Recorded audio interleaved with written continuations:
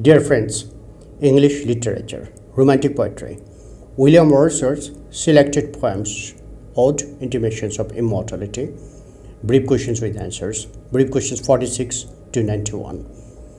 Question 46. What does the visionary gleam mean? Answer. The visionary gleam refers to the great enchantment or beauty which appears to things only to the eyes of children because of their glowing imagination that lends an additional charm to things which are already beautiful. Question 47. What is the doctrine of pre-existence of the human soul? Answer. The doctrine of the pre-existence of the human soul suggests that human souls had prenatal existence in heaven before they come to earth, being united with their bodies. Question 48. From whom does Wordsworth seem to have borrowed the doctrine of pre-existence of the human soul? Answer. Wordsworth seemed to have borrowed the doctrine from Pythagoras, Socrates, Plato, or Henry Vaughan. Question 49. What do we forget at our birth? Answer. At our birth, we forget the antenatal existence in heaven. Question 50. What is the soul compared to and why? Answer. The human soul is compared to a star in the sky. Just as a star guides a passerby at night, the soul is the guiding principle in life. Question 51. Why does heaven lie about us in our infancy? Answer. According to Wordsworth, heaven lies about us in our infancy because in our childhood we are surrounded by the glory of heaven. Question 52. Why is the child attracted by the material interest? Answer. When the child grows into a boy, he is attracted gradually by the material interest. Question 53. When does the heavenly glory completely disappear? Answer. When the young boy grows into man, the heavenly glory completely disappears and its place is replaced by the sober light of the real world. Question 54. What are the stages of life mentioned in the Immortality Ode? Answer. There are 4 stages of life. A. Infancy. B. Boyhood. C. Youth. And D. Manhood. Question 55. How does the earth tempt man to come from heaven? Answer. The earth tempts man with her pleasures. Question 56. Who is compared to a foster mother and why? Answer. Earth is compared to a foster mother because man is taken away from his true home, that is heaven, and left in the care of the foster mother, earth, for some time. Question 57. What is the aim of the earth? Answer. The aim of the earth is to make the child indulge in earthly pleasures, and the aim is not mean or unworthy. Question 58. Why does the earth provide the child with all kinds of pleasures? Answer. The earth provides the child with all kinds of pleasures to make him forget all about the heavenly home from where he comes. Question 59. Who is a 6 years darling of a pygmy size? Answer. That this child was Hartley Coleridge, the little son of the poet S.T. Coleridge, but in the broadest sense it refers to all children. Question 60. How is the child troubled, disturbed? Answer. The child is disturbed by its mother's frequent kisses and father's looking at it with deep affection. Question 61. Why does the child feel disturbed by its parents' loving care? The child feels disturbed because its mother's frequent kisses and father's looking at it affectionately merely interrupt his playing. Question 62. How is a father's love is different from that of a mother?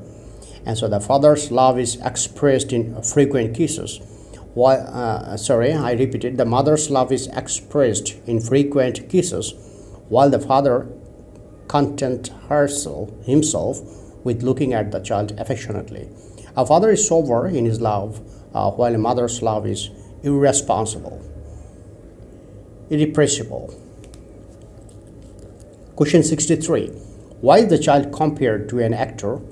Answer. The child is compared to an actor because the child imitates various actions and speeches of others. Question 64. What does the child imitate? Answer. The child imitates every action and gesture of the grown-ups. He imitates he imitates a morning, a festival, a funeral, and a wedding, etc. Question 65. What is the sole occupation of a child? Answer. The sole occupation of a child is to imitate one person or another. Question 66. Why is the child called the best philosopher? Answer. The poet calls the child the best philosopher because the child unconsciously knows the truth of life by virtue of his direct vision of the divine glory. Question 67. Why is the child called an eye among the blind? Answer. The child is called an eye among the blind because the child, by virtue of his divine nature, can see the truths which the grown-up man and philosophers cannot. Question 68. Who are the grown-up men blind and why? Answer. The grown-up men are regarded as blind because they grope their way in ignorance to find out the truths of life. They cannot see the truths of life. Question 69. In what sense is the child deaf and silent?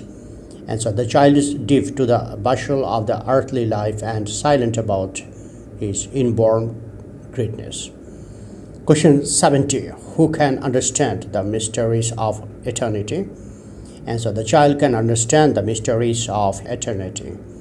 Question 71. What happens to soul after death? Answer. After death, soul returns to heaven after waiting some time in the grave. Question 72. How does the child bind himself to the worldly affairs? Answer. The child binds himself to the worldly affairs by inviting age, that is, trying to imitate the actions of adults. Question 73. How does the poet warn the child? Answer. The poet warns the child that he should not be very anxious to grow up because with the growing up he will have to suffer from a number of worldly sorrows. Question 74. What inspires in the poet a state of constant happiness? Answer. The memory of the period of childhood inspires in the poet a state of constant happiness. Question 75. What are the blessings of the period of childhood for which the poet does not feel grateful to God? Answer. The blessings of the period to childhood are the heavenly delight, the sense of freedom, the innocent faith, and the newborn hopes in the mind of the child. But the poet does not feel grateful to God for these blessings. Question 76. For what does the poet feel grateful to God?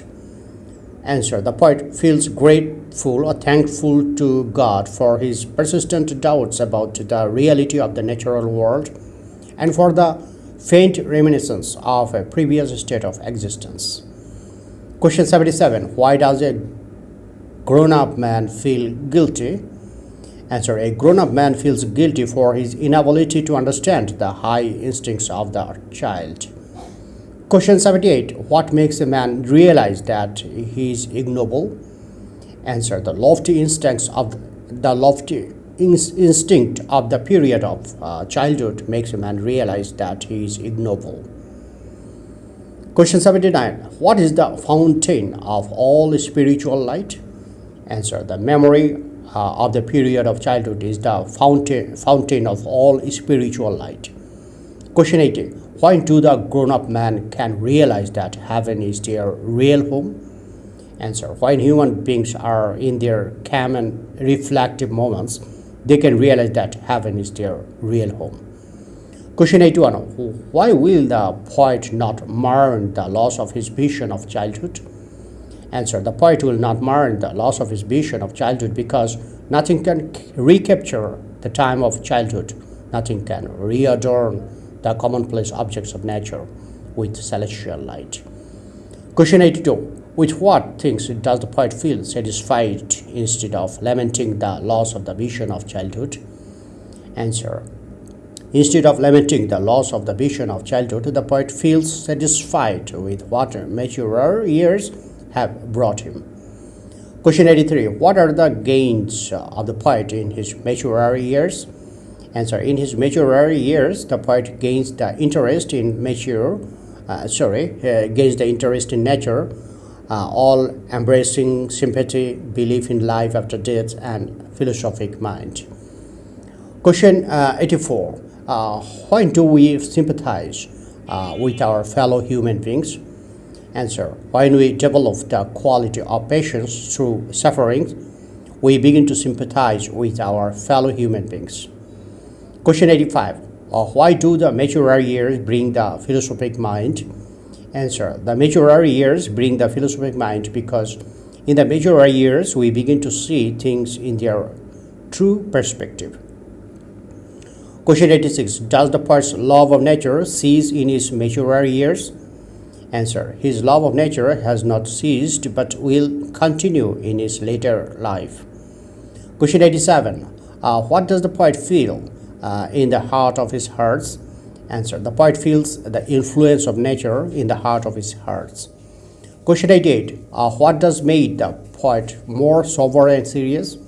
Answer. The realization of human sufferings has made the poet more sober and serious. Question 89. Which make our life worth living? Answer. The human feelings of sympathy and love make our life worth living.